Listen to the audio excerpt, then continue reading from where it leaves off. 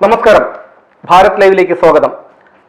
രാജ്യദ്രോഹ കുറ്റം ചുമത്തി കവരത്തി പോലീസ് കേസ് രജിസ്റ്റർ ചെയ്ത ചലച്ചിത്ര പ്രവർത്തക ഐഷ സുൽത്താനയുടെ പരാമർശത്തിന് ഒരു സമൂഹ മാധ്യമത്തിൽ ഒരു അഭിപ്രായം പറഞ്ഞതിന്റെ പേരിൽ ക്രൂശിക്കപ്പെടുന്ന രണ്ടുപേരാണ് ഇന്ന് നമ്മളോടൊപ്പമുള്ളത്, ജിജിയും നിക്സണും. നമുക്ക് അവരോട് തന്നെ കാര്യങ്ങൾ എന്താണെന്ന് ചോദിക്കാം. സർ, എന്താണ് ഇതിന്റെ തുടക്കത്തിനുള്ള ആധാരമായിട്ടുള്ള കാര്യം? എന്താണ് ഇതിന്റെ ആരംഭം, എങ്ങനെയാണെന്ന് പറയാം?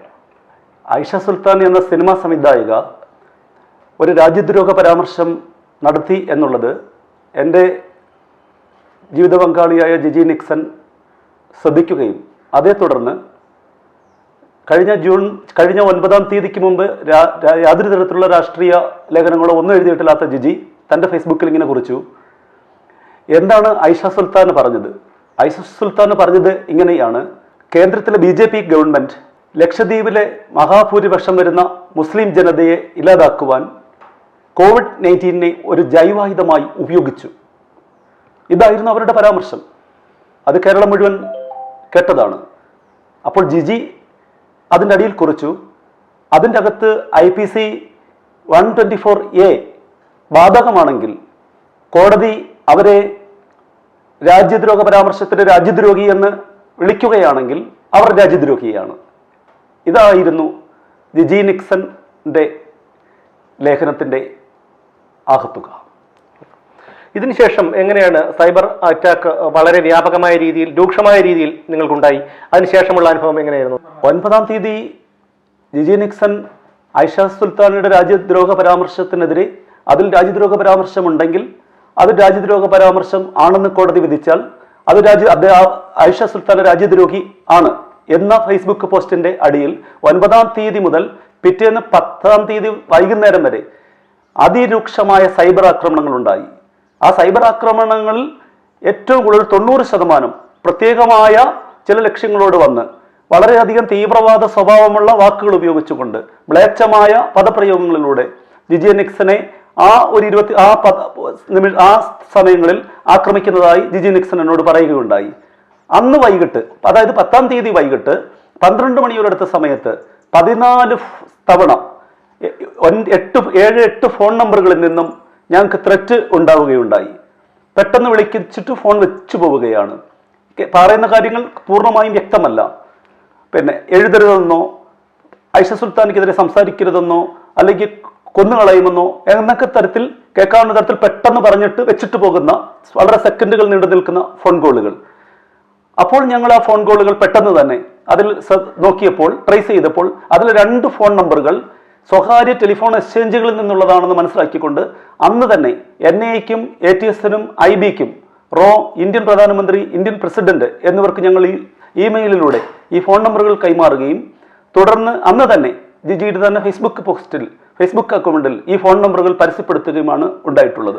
തുടർന്ന് ഈ നിമിഷം വരെയും ഈ ഒരു പോസ്റ്റ് ഇട്ടതിൻ്റെ പേരിൽ ഈ ജിജി നിക്സൺ എന്ന് പറയുന്ന എൻ്റെ ജീവിത പങ്കാളി അതിനികൃഷ്ടമായ സൈബർ ആക്രമണങ്ങൾ നേരിടുകയും അവരെ ഈ പോസ്റ്റ് ഇട്ടതിൻ്റെ പേരിൽ ചാണകമൻ, സംഘി തുടങ്ങിയ പദങ്ങൾ ഉപയോഗിച്ചുകൊണ്ട് RSSകാരിയാണോ, BJPക്കാരിയാണോ, സംഘിയാണോ, നിനക്കെന്തെന്നാണ് ഇതിൻ്റെ ആവശ്യം എന്നുള്ള തരത്തിൽ അതിനികൃഷ്ടമായ വാക്കുകൾ, പിന്നെ വളരെ ഒരുപക്ഷെ ഈ ചാനലിൽ പറയാൻ പോലും പാടില്ലാത്ത തരത്തിലുള്ള വാക്കുകൾ, നീ മനോരോഗിയാണ്, തേവിടിശിയാണ്, വേശിയാണ്, RSSകാരുടെ വേശിയാണ് എന്നെല്ലാം പറഞ്ഞ തരത്തിലുള്ള വാക്കുകൾ ഉപയോഗിച്ചുകൊണ്ടുള്ള സൈബർ ആക്രമണങ്ങൾ എൻ്റെ ഭാര്യ നേരിടുകയാണ്.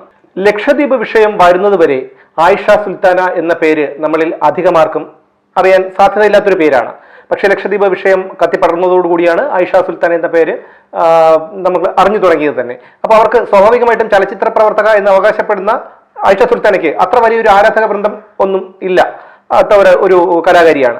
അപ്പോൾ അവർക്ക് ഒരു സമൂഹ മാധ്യമത്തിലെ ഒരു പോസ്റ്റിൽ ഒരു അഭിപ്രായം, ഒരു ഇന്ത്യൻ പൗര ഒരു അഭിപ്രായം പറഞ്ഞതിന്റെ പേരിൽ ഇത്രയും രൂക്ഷമായ സൈബർ അറ്റാക്ക് നേരിടുമ്പോൾ അവരൊരു ചലച്ചിത്ര താരത്തിന്റെ ആരാധകർ ആണ് ഇത് ചെയ്തതെന്ന് നമുക്ക് വിശ്വസിക്കാൻ കഴിയില്ല. പിന്നെ ആരാണ് ഇതിന്റെ പിന്നിലുള്ളത് എന്നാണ് താങ്കളുടെ ഒരു കണക്കുകൂട്ടൽ?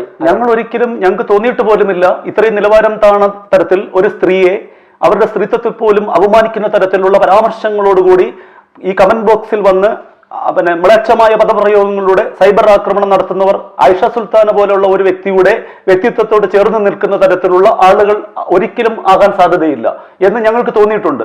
അപ്പോഴാണ് ഞങ്ങൾ അവരുടെ പ്രൊഫൈലുകളിലേക്ക്, ഈ കമന്റ് ഇട്ടവരുടെ പ്രൊഫൈലുകളിലേക്ക് പോയി അവർ ആരാണ്, അവരുടെ പശ്ചാത്തലം എന്താണെന്ന് പരിശോധിച്ചപ്പോൾ അതിൽ ഏറ്റവും പ്രധാനപ്പെട്ട അൻസാർ മജീദ് അൻസാർ എന്ന് പറഞ്ഞ ഒരാൾ വളരെയധികം തീവ്രവാദപരമായ പരാമർശങ്ങളോ തീവ്രമായ പരാമർശങ്ങൾ, മ്ലേച്ഛമായ വാക്കുകൾ, പിന്നെ ഞങ്ങൾക്ക് ഒരുപക്ഷെ ഞങ്ങളുടെ ജീവൻ തന്നെ നഷ്ടപ്പെടുത്തിയേക്കാം എന്ന തരത്തിലുള്ള പരാമർശങ്ങളോട് കൂടിയൊക്കെ വന്ന് കമന്റ് ഇട്ട ആളുടെ പ്രൊഫൈലിലേക്ക് ഞങ്ങൾ പോയപ്പോൾ അദ്ദേഹത്തിന്റെ പ്രൊഫൈലിൽ ഞങ്ങൾ കണ്ട ഏറ്റവും വിചിത്രമായ ഒരു കാര്യം, ഈ ഇന്ത്യയിൽ ജനിച്ച്, ഈ ഇന്ത്യയിൽ ജീവിച്ച്, ഈ ഇന്ത്യയിൽ നിന്നും തന്നെ എല്ലാ കാര്യങ്ങളും നേടി മറ്റൊരു രാജ്യത്തിലേക്ക് തൊഴിൽ അന്വേഷിച്ചു പോയി, അദ്ദേഹത്തിന്റെ കുടുംബം ഇന്ത്യയിലാണ്, അദ്ദേഹം കൊടുങ്ങല്ലൂർക്കാരനാണ്, അദ്ദേഹം SDP-യുടെ പ്രവർത്തകനാണ്, അദ്ദേഹം ഇന്ത്യയുടെ ഭരണഘടനയുടെ കീഴിലുള്ള ഒരു ഇന്ത്യ എന്ന് പറയുന്ന ഒരു ജനാധിപത്യ രാജ്യത്തെ ഒരു പൗരനാണ്. പക്ഷെ ആ പൗരത്വം ഉള്ള അതേ വ്യക്തി ഇതേ രാജ്യത്തിരുന്നു കൊണ്ട് ഫേസ്ബുക്കിൽ ഒരു പോസ്റ്റ് ഇട്ടിരിക്കുകയാണ്, ഞങ്ങൾക്ക് താല്പര്യം ഇന്ത്യയിൽ ഒരു ഉമ്മർ ഖാലിഫായുടെ കാലിഫേറ്റ് ഭരണം വരണം. അതിൽ 72 പേരെ ടാഗ് ചെയ്തിട്ടുണ്ട്. ഈ ഒരു ഒറ്റ പോസ്റ്റ് അതിന്റെ അടിയിലോട്ട് ഉള്ളത് വായിച്ചു കഴിഞ്ഞാൽ ഈ ഒരു TV ചാനലിൽ വന്നിരുന്ന് നമുക്ക് പറയാൻ പറ്റാത്ത തരത്തിലുള്ള രാജ്യദ്രോഹ പരാമർശങ്ങൾ നിറഞ്ഞ ഒരു ഫേസ്ബുക്ക് പേജ്. അപ്പോൾ ഞങ്ങൾക്കൊരു ആഗ്രഹമായി, എന്താണ് കാലിഫേറ്റ്, എന്താണ് കാലിഫേറ്റ്? അതിനു മുമ്പ് പരിചയമില്ലാത്ത ഒരു വാക്ക് ഒരു ഫേസ്ബുക്കിൽ ഞങ്ങൾ കാണുകയാണ്. എന്താണ് കാലിഫേറ്റ്? എന്തിനാണ് ഇന്ത്യയിൽ ഒരു കാലിഫേറ്റ് ഭരണം വരുന്നത്? ഇവിടെ ഒരു ഭരണമുണ്ടല്ലോ, എന്നാൽ ഇവിടെ ഒരു പുതിയൊരു ഭരണം, ആ ഭരണത്തിന്റെ പ്രത്യേകത എന്താണ്? ആ അന്വേഷണമാണ് ISIS എന്ന ലോകത്തെ ഏറ്റവും അതിഭീകര ജിഹാദി സംഘടനയിലേക്ക് അവരെക്കുറിച്ച് പഠിക്കുവാനും അവരെക്കുറിച്ച് എഴുതുവാനുമുള്ള പ്രേരണ ഞങ്ങൾക്ക് നൽകിയത്. ഇപ്പോൾ ഞങ്ങളൊരു പുസ്തകത്തിന്റെ പണിപ്പുരയിലാണ് ഞാനും ജിജിയും. ആ പുസ്തകത്തിന്റെ പേര് the rise of the ISS, big secrets of the Islamic state, ISSന്റെ നിഗൂഢ രഹസ്യങ്ങൾ. അതാണ് ആ പുസ്തകത്തിനകത്ത് അനാവരണം ചെയ്യാൻ പോകുന്നത്. തുടർന്ന് ഞങ്ങൾ ISSനെ കുറിച്ച് പഠിക്കുകയും എഴുതുകയും ജിജി നിക്സൺ പോസ്റ്റുകൾ എഴുതി ഫേസ്ബുക്കിൽ ഇടാൻ തുടങ്ങിയപ്പോൾ ഫസ്റ്റ് വന്നിട്ടുള്ള ചോദ്യം ഇതാണ്, നീ എന്തുകൊണ്ട് ISSനെ കുറിച്ച് എഴുതുന്നു? ISSും RSSും ഒരേ നാണയത്തിന്റെ 2 വശങ്ങളാണ്. നീ RSSകാരിയാണോ? നീ BJPക്കാരിയാണോ? നീ സംഘിയാണോ? RSS നിനക്ക് പണം തന്നിട്ടാണോ? BJP നിനക്ക് പണം തന്നിട്ടാണോ? അതുപോലെ BJPയുമായിട്ട് ചേർന്നൊരു ഗൂഢാലോചന നടത്തിയിട്ടാണോ നീ ISSനെതിരെ എഴുതുന്നത്? അപ്പോൾ ജിജി ചോദിച്ച ചോദ്യം ഇതാണ്, ISS നിങ്ങളുടേതല്ല, നിങ്ങൾ പറയുന്നത് അമേരിക്കയുടേതാണെന്ന്, നിങ്ങൾ പറയുന്നത് അത് ഇസ്രായേലിൻ്റെതാണെന്ന്. പിന്നെ നിങ്ങൾ ISSനെതിരെ എഴുതുന്നതിൽ നിങ്ങൾ എത്ര ഭാരപ്പെടുന്നത് എന്തിനാണ്? നിങ്ങൾ എത്ര ദുഃഖിക്കുന്നതും അസ്വസ്ഥപ്പെടുന്നതും എന്തിനാണ്? ഇവിടെ ഇസ്ലാമിനെതിരെ ജിജി ഒരു വാക്ക് എഴുതിയിട്ടുണ്ടോ? ആർക്കെങ്കിലും ഒന്ന് കാണിച്ചു തരാം, ഒരക്ഷരം. മുസ്ലിമിനെതിരെ ജിജി ഒരു അക്ഷരം, ഒരു വാക്ക് എന്തെങ്കിലും എഴുതിയിട്ടുണ്ടോ? ജിജി എഴുതുന്നത് ഇസ്ലാമിക് സ്റ്റേറ്റിനെതിരെയാണ്, IS എന്ന ഭീകര ജിഹാദി സംഘടനയ്ക്കെതിരെയാണ്. എന്നാൽ ഒരു പ്രത്യേക വിഭാഗത്തിലുള്ള ആളുകൾ ഇതിന്റെ അടിയിൽ വന്നുകൊണ്ട് അതിനികൃഷ്ടമായ പദപ്രയോഗങ്ങളിലൂടെയും കൊന്നുകളയും, നിന്റെ വീട്ടിൽ കരച്ചിലുണ്ടാകും, നിന്നെ ഞങ്ങൾ ഇല്ലാതാക്കും, നിന്നെ ഞങ്ങൾ ഏത് തരത്തിൽ നിന്നെ ഞങ്ങൾ നശിപ്പിച്ചു കളയും, അല്ലാതെ ഞങ്ങൾക്ക് ഇനി വിശ്രമമില്ല. എന്നെ കേട്ടുകൊണ്ടിരിക്കുന്ന മുസ്ലിം ജനവിഭാഗത്തോട് ഞാൻ ചോദിക്കുകയാണ്, പ്രിയപ്പെട്ട മുസ്ലിം സഹോദരങ്ങളെ, IS എന്ന് പറയുന്ന ഒരു പ്രസ്ഥാനത്തെക്കുറിച്ച് ജിജി എഴുതുന്നതിൽ നിങ്ങൾ എന്തിനാണ് ഇത്ര അസ്വസ്ഥപ്പെടുന്നത്? നിങ്ങൾ എന്തിനാണ് ഇത്ര ഭാരപ്പെടുന്നത്? നിങ്ങളെ ബാധിക്കുന്ന വിഷയമല്ലല്ലോ ഇത്. ജിജി എവിടെയെങ്കിലും പറഞ്ഞിട്ടുണ്ടോ ഇത് മുസ്ലിമിൻ്റെതാണെന്ന്, ഇത് ഇസ്ലാമിൻ്റെതാണെന്ന്, അല്ലെങ്കിൽ ഇത് ഖുറാന്റേതാണെന്ന് പറഞ്ഞിട്ടുണ്ടോ? ജിജി പറയുന്ന ഒരു പ്രത്യേക കാര്യമാണ്, IS എതിർക്കപ്പെടേണ്ട ഒരു സംഘടനയാണ്. കാരണം ഇന്ത്യയുടെ ഇന്റലിജൻസ് വിങ്ങിനകത്ത് ഏറ്റവും അധികം എതിർക്കപ്പെടേണ്ട സംഘടനയും ഷൂട്ട് അറ്റ് സൈറ്റ്, കണ്ടാൽ തീർത്തു കളയാൻ, കൊന്നുകളയാൻ പറഞ്ഞിരിക്കുന്ന ഒരു സംഘടനയാണ് ISIS. കണ്ടാൽ കൊന്നുകളയാനോടുള്ള ഒരു സംഘടനയുടെ ഏത് രാജ്യത്ത് എവിടെ വെച്ച് കണ്ടാലും കാണുന്ന നിമിഷം വെടിവെച്ചു കൊല്ലാൻ രഹസ്യാന്വേഷണ ലോകം മുഴുവനുള്ള മൊസാദ് ഉൾപ്പെടെയുള്ള രഹസ്യാന്വേഷണ സംഘടനകൾ ഓർഡർ ഇട്ടിട്ടുള്ള ഒരു ഇന്റർനാഷണൽ ആയിട്ടുള്ള ഒരു ടെററിസ്റ്റ് ഓർഗനൈസേഷന് വേണ്ടി ജിജി എഴുതുന്ന ISSനെതിരായി എഴുതുന്ന പോസ്റ്റിന്റെ അടിയിൽ വന്ന് ഒരുത്തിനും കുരയ്ക്കേണ്ട കാര്യമില്ല. അങ്ങനെ ഒരുത്തൻ കുരയ്ക്കുന്നെങ്കിൽ അവൻ ISSന്റെ വെട്ടപ്പെട്ടിയാണെന്ന് ആർജവത്തോട് പറയാൻ ഞങ്ങൾക്ക് തന്റെ ഇടമുണ്ട്. ISS നിന്റെ അല്ലാത്തിടത്തോളം കാലം ISSനെതിരായി എഴുത്തിനകത്ത് നീ ഇത്ര അസ്വസ്ഥപ്പെടേണ്ട കാര്യം എന്താണ്?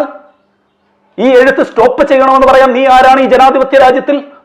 ഇന്ത്യൻ ഭരണഘടന നൽകുന്ന right to live, right to expression, Nixon ജോണിനായിക്കോട്ടെ ജിജി നിക്സൺ ആയിക്കോട്ടെ, അവരുടെ കാര്യങ്ങൾ എഴുതാം, അവരുടെ കാര്യങ്ങൾ പറയാം, കേൾക്കാൻ സൗകര്യമുള്ളവൻ കേട്ടാൽ മതി. ISIS കുറിച്ച് എഴുതുന്ന എഴുത്തുകൾ നീ ബാലരമയിലെ ഒരു കഥ പോലെ വായിച്ചു പോയാൽ മതി. പക്ഷെ നീ അതിന്റെ അടിയിൽ വന്ന് എന്റെ ഭാര്യയെ കൊന്നുകളയും എന്ന തരത്തിലുള്ള പോസ്റ്റുകൾ, കമന്റുകൾ ഇടാൻ നിന്നെ പ്രേരിപ്പിക്കുന്ന ഘടകം എന്താണ്? അങ്ങനെയാണ് സാർ ഞങ്ങൾ ISIS കുറിച്ച് കൂടുതൽ പഠിക്കണം. ഈ ടെററിസ്റ്റ് ഓർഗനൈസേഷന്റെ വേരുകൾ എവിടെ കിടക്കുന്നു, ഇത് എന്ന് ഉത്ഭവിച്ചു, ഇതിന് ഇന്ത്യ എന്ന് പറയുന്ന രാജ്യത്ത് എത്രമാത്രം വ്യാപ്തിയുണ്ട് എന്ന് അന്വേഷിക്കാൻ തുടങ്ങിയത്. അപ്പോൾ ഇവിടെ ഒരു ചോദ്യം ഉയർന്നു, വീട്ടമ്മയായ ജിജി ISIS കുറിച്ച് എങ്ങനെ കണ്ടുപിടിക്കുന്നു? അപ്പൊ ഞങ്ങളൊരു ആന്റി ടെററിസം സൈബർ വിങ് എന്ന് പറയുന്ന ഒരു സൈബർ വിങ് ഞങ്ങൾ രൂപീകരിച്ചു സ്വകാര്യ വ്യക്തികൾക്ക്. ഈ ഇന്ത്യൻ ഭരണഘടനയിൽ എവിടെയെങ്കിലും എഴുതിയിട്ടുണ്ടോ രാജ്യത്തിന് വേണ്ടി പ്രവർത്തിക്കരുതെന്നോ? സ്വകാര്യ സൈബർ ഇടങ്ങളിൽ തീവ്രവാദ പ്രവർത്തനങ്ങൾ നടത്തുന്നവരെ കണ്ടുപിടിച്ച് ATSO NIA പോലുള്ള സംഘടനകൾക്ക് അവരുടെ ഇൻഫോർമേഷൻ കൊടുക്കരുതെന്ന് ഈ രാജ്യത്തിന്റെ ഭരണഘടനയിൽ എവിടെയെങ്കിലും എഴുതിയിട്ടുണ്ടോ മിസ്റ്റർ?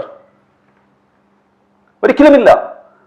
അപ്പോൾ ഞങ്ങൾ തീരുമാനിച്ചു ഇത് കണ്ടുപിടിക്കണം. അങ്ങനെ ഞങ്ങളുടെ അന്വേഷണത്തിൽ ഞങ്ങൾക്ക് ലഭിച്ച വിവരങ്ങൾ, അപ്പോൾ അവർ ചോദിക്കുന്ന വീട്ടമ്മ എന്തിനാണ് ISIS കുറിച്ച് പറയുന്നത്?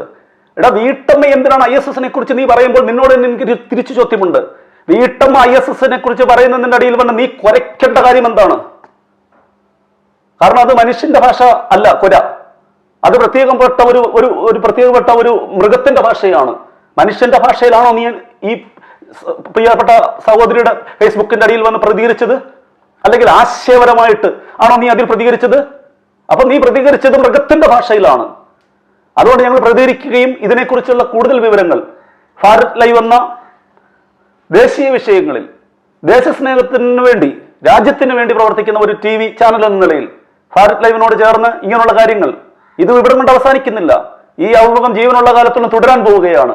പരമ്പരകളായി ISIS കാണാപ്പുറങ്ങൾ, കേരളത്തിൽ ISIS കാണാപ്പുറങ്ങൾ ഞങ്ങളൊരു 10, 20, 30 എപ്പിസോഡുകളായി ഭാരത് ലൈവ് എന്ന് പറയുന്ന ഈ ചാനലിലൂടെ, അത് ചെറുതോ വലുതൊന്നും വിഷയമല്ല, പറയുന്ന വിഷയം സത്യമാണോ എന്നുള്ളതാണ്. പറയുന്ന വിഷയത്തിനകത്ത് സത്യമുണ്ടോ, ഉൾക്കാമ്പുണ്ടോ എന്നുള്ളതാണ്. അതിന് സോളിഡ് എവിഡൻസ് ഉണ്ടോ എന്നുള്ളതാണ്. അങ്ങനെ വ്യക്തമായ ബോധ്യത്തിന്റെ അടിസ്ഥാനത്തിൽ, കിട്ടിയ രഹസ്യ ഇന്റലിജൻസ് അന്വേഷണങ്ങളുടെ അടിസ്ഥാനത്തിൽ ISIS എന്ന് പറയുന്ന ലോകത്തിലെ ഏറ്റവും നികൃഷ്ടമായ, മ്ലേച്ഛമായ, മനുഷ്യരെ കൊന്നൊടുക്കി, അമുസ്ലിങ്ങളെ കൊന്നൊടുക്കി ഇവിടെ ഒരു കാലിഫേറ്റ് ഉണ്ടാക്കണമെന്ന് പഠിപ്പിക്കുന്ന ഈ മ്ലേച്ഛ പ്രസ്ഥാനത്തിനെതിരെ ഈ ചങ്കിനകത്ത് ഒരു തുടുപ്പെങ്കിലും ഉണ്ടെങ്കിൽ തീർച്ചയായും ഞങ്ങൾ ഈ പോരാട്ടത്തിന്റെ മുൻനിരയിൽ തന്നെ ഉണ്ടായിരിക്കും. ISISനെതിരായി എഴുതുന്നതിന്റെ പേരിൽ മരിച്ചു വീഴുന്നുവെങ്കിൽ അത് ഇന്ത്യ എന്ന് പറയുന്ന എന്റെ രാജ്യത്തിന് വേണ്ടി ധീരരക്തസാക്ഷിയാകാൻ ഞങ്ങൾ ഒരുക്കമാണ് സാർ.